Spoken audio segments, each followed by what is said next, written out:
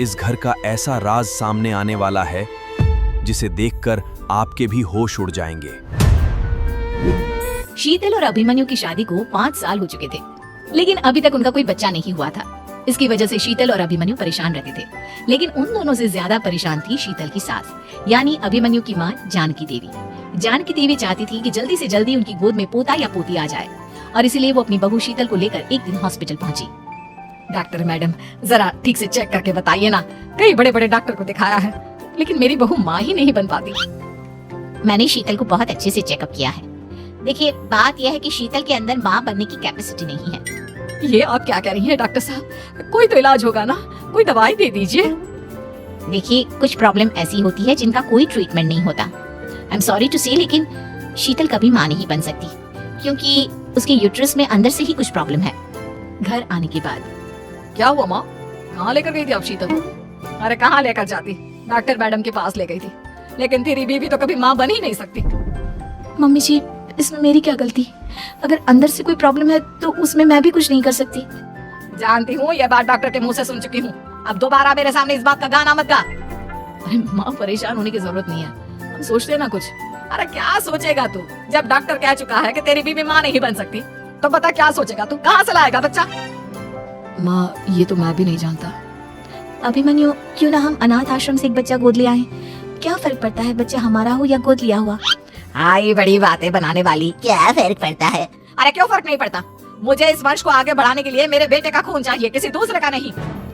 लेकिन माँ, आप जानती हैं कि ये अब पॉसिबल नहीं है। मैं कुछ नहीं जानती। मैं किसी पराये की औलाद को इस घर में अपना पोता या पोती बन के बढ़ता हुआ नहीं देख सकती। मेरा वंश मेरे बेटे के खून से ही आगे बढ़ेगा। लेकिन मम्मी जी, ऐसा कैसे हो पाएगा?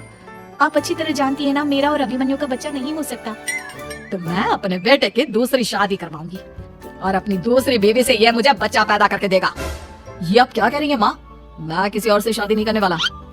मेरे रहते हुए आप अभिमन्यु की शादी किसी और से करवाएंगी? मम्मी जी, आप ऐसा कैसे कर सकती हैं?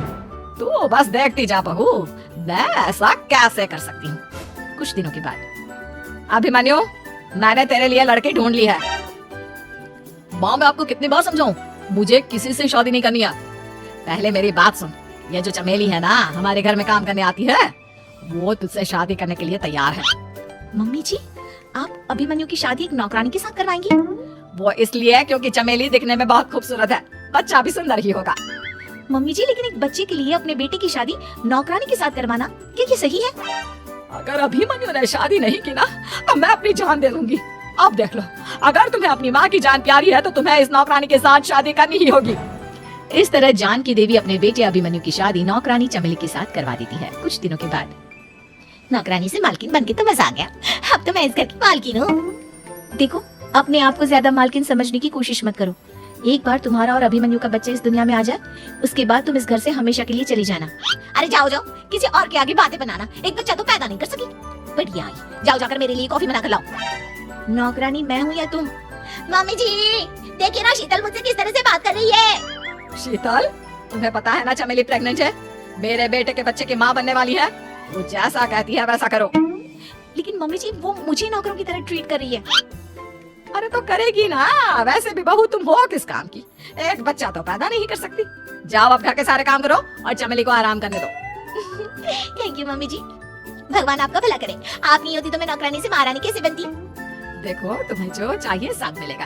खूब खाओ पियो, मजे की जिंदगी जियो, लेकिन बस मुझे एक बच्चा पैदा करके दे दो। कुछ दिनों के बाद, मम्मी, बच्चे के लिए आपने मेरी शादी चमेली के साथ करवा तो दी, लेकिन दिन और रात का चैन मिट गया है। सारा दिन शीतल और चमेली की बहस चलती रहती है।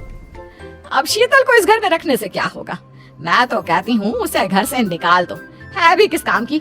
मैं ऐसा नहीं कर सकता माँ, वो मेरी पत्नी है, उससे बहुत प्यार करता हूँ मैं। तुम्हारी पत्नी चमेली है, चमेली, उससे प्यार करो। अरे तुम्हारे बच्चे को जन्म देने वाली है वो। अभिमन्यु, मैं खुद ही इस घर से चली जाती हूँ। वैसे भी अपने ही घर में नौकरों की तरह रहकर परेशान हो चुकी हूँ। घर की नौकरानी मेरे ऊपर हुक्म चलाती है, वो तुम्हारी पत्नी बन चुकी है। अब मेरा इस घर में क्या काम? अभिमन्यु की बार बार रोकने पर भी शीतल उस घर से चली जाती है। कुछ दिनों के बाद चमेली एक बच्चे को जन्म देती है। भगवान ने मेरी सुन ली, मेरे बेटे का घर भर गया, उसका अपना बच्चा इस दुनिया में आ गया। मम्मी जी, बच्चे को हाथ लगाने से पहले मेरी एक शर्त तो सुन लो। तुम कहना क्या चाहती हो चमेली? आपकी मम्मी को बहुत शौक था ना अपने पोते को खिलाने का। अब देखो इस दुनिया में हर चीज की कोई ना कोई कीमत तो होती है। तुम अपनी आधी प्रॉपर्टी मेरे नाम कर दो, बच्चा तुम्हारे नाम। अरे लेकिन मैंने अपने बेटे से तुम्हारी शादी करवाई है, अब ये सौदेबाजी कहाँ से आ गई? जो औरत अपनी बहू को घर से निकाल कर एक नौकरानी के साथ अपने बेटे की शादी करवा दे, वो तो सौदेबाजी कर ही सकती है ना। उसका कैसे भरोसा कर सकते हैं? मुझे बस आप लोगों की प्रॉपर्टी चाहिए, उसके बाद ही बच्चे को आप हाथ लगा सकते हैं। मैंने कहा था ना मम्मी, आप गलत कर रही हैं। देखिए उसका नतीजा आपके सामने है।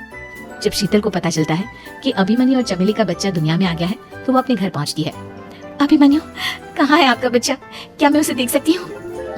कुछ भी मत पूछो शीतल, माँ की हुई एक गलती हम लोगों पर भारी पड़ रही है। वो नौकरानी अपनी औकात पर आ गई है और अब हमसे अपनी आधी प्रॉपर्टी मांग रही है, वो भी बच्चे के बदले में। एक बात कहूँ अभिमन्यु, आप उसे कुछ भी देने से मना कर दो। अरे कैसी बात कर रही हो? मेरे बेटे की औलाद है उसके पास, ऐसे कैसे मना कर दे? मम्मी जी, वो अभिमन्यु का बच्चा नहीं है, वो चमेली और उसके बॉयफ्रेंड का बच्चा है। ये तुम क्या कह रही हो शीतल? ये देखिए वीडियो, चमेली और उसका बॉयफ्रेंड आपस में बातें कर रहे हैं कि उन दोनों ने मिलकर आपको बेवकूफ बनाया है और अब इस बच्चे के बदले आपसे प्रॉपर्टी भी हड़प लेंगे। हे भगवान, ये मुझसे क्या हो गया? ना तो बच्चा मिला और अपने बेटे की नौकरानी के साथ शादी करवा दी, सो अलग। अब क्या होगा? मुझे माफ कर दो शीतल, मेरी वजह से तुम्हें बहुत तकलीफ हुई है। अभिमन्यु, मैंने कहा ना, उस नौकरानी को उसके बच्चे सहित इस घर से बाहर निकाल दो। लगता है मेरे अभिमन्यु का बाप बनने का सपना अधूरा ही रह जाएगा। अभिमन्यु, अपनी मम्मी से कहो कि परेशान ना हो। आपको याद है एक बार हम एक IVF सेंटर गए थे, मैंने फिर से वहां जाकर बात की थी और आपको पता है इस बार मैं प्रेग्नेंट हूँ, क्योंकि हमने वहां पर प्रोसीजर करवाया था जिसकी वजह से मैं प्रेग्नेंट हो गई थी और इस बात का पता मुझे बस कुछ महीने पहले ही लगा है। हमारा बच्चा इस दुनिया में आने वाला है अभिमन्यु। मुझे माफ कर दो शीतल बहू, मुझसे बहुत बड़ी गलती हो गई। कोई बात नहीं माँ, लेकिन अब हमें उस धोखेबाज नौकरानी को इस घर से बाहर निकाला है और इस घर की मालकिन को वापस घर लाना है, वो भी अपने बच्चे के साथ।